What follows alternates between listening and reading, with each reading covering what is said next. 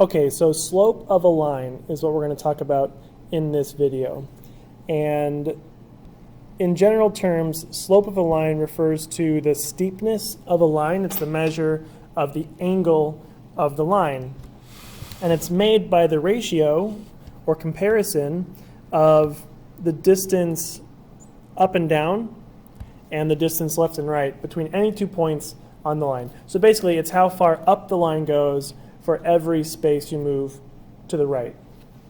And there are four, generally speaking, four types of slope: positive, negative, zero, and no slope.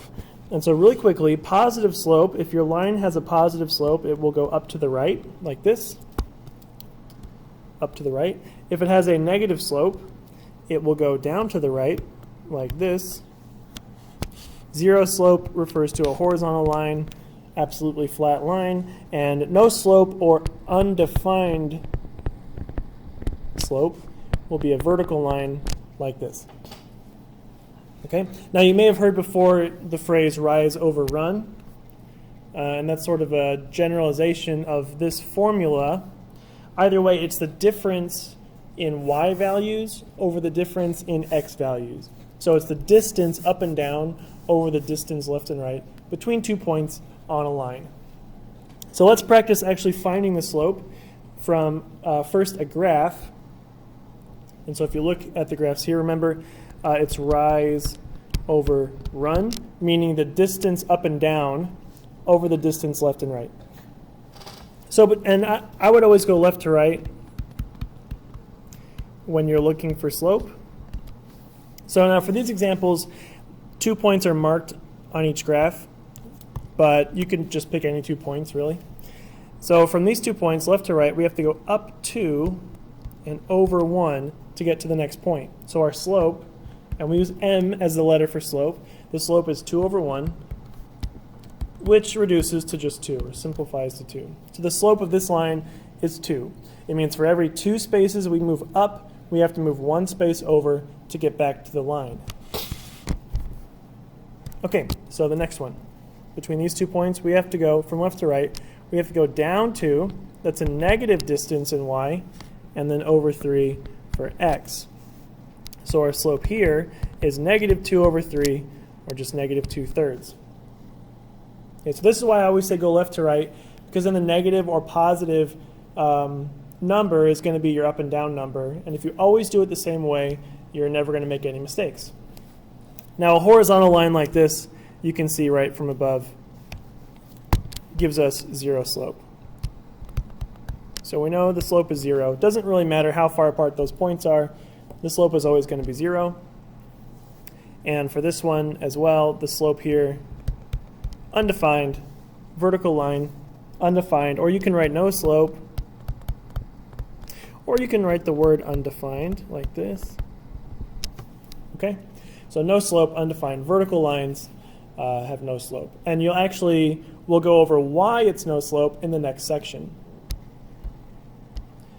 So now let's talk about finding the slope of a line between a pair of points. So if you don't have a graph and you can't just count, sometimes you have to actually figure it out. And we'll use the formula, which is y2 minus y1 over x2 minus x1. And if that looks complicated, just remember it's the difference in the y values over the difference in the x values. So we're just going to be subtracting the y values and subtracting the x values and making a fraction. And remember, points are always x, y. Okay? The important thing to remember here is that you always have to go the same direction. So if I decide to subtract these y values, 9 and 5, and I want to do 9 minus 5, so going this direction, I have to also then, for the x values, start with the same point, do 4 minus 3. So if I had gone the opposite direction, just to illustrate this, if I had gone the other way and done 5 minus 9, then I would also have to do 3 minus 4. So it doesn't really matter which one you start with as long as you're consistent throughout the problem. So for the red example, 9 minus 5 is 4, 4 minus 3 is 1, so the slope here is 4. Let's check out the blue example. 5 minus 9 is negative 4, 3 minus 4 Don't know why I wrote 3 there. It's 1. 3 minus 4 is negative 1. And so again, you do get positive 4 because the negatives cancel. So either way, you'll get the same answer no matter which point you start with. Just do make sure that you keep the direction consistent. So let's look at example B. So for our slope, subtract the y values, right? I'm going to do 7 minus 3. And then for the x values, those x values are 0 and negative 2. And since I started here, on this point, I will have to do that here as well, 0 minus negative 2. Remember, when you subtract a negative, it turns into plus a positive. So the answer here will be 4 over 2, which reduces 4 divided by 2, that's just 2. So sometimes you will just get whole numbers for your slope. Oftentimes, though, you will get fractions like this we saw up here. Either way is okay. For the next one, the y values are 6 and 6.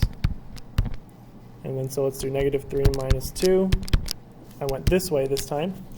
6 minus 6 is 0. Negative 3 minus 2 is negative 5. Now 0 over negative 5. 0 divided by anything is just 0. Okay? So you should notice when you have the same y value, that means you're going to get 0 on top, which means you will get 0 for your answer. Something to keep in mind. For example D, you can see we have the same x value here. We'll see what happens now. So I'll go this way again. 5 minus negative 6, and then we have negative 4 minus negative 4. Change those to plus positive. So m here, slope is going to equal 11 over 0, and you can't do that, right? Because you can't divide by 0. So this is an example of no slope or undefined slope, because this is going to be a vertical line. So when you have the same x value,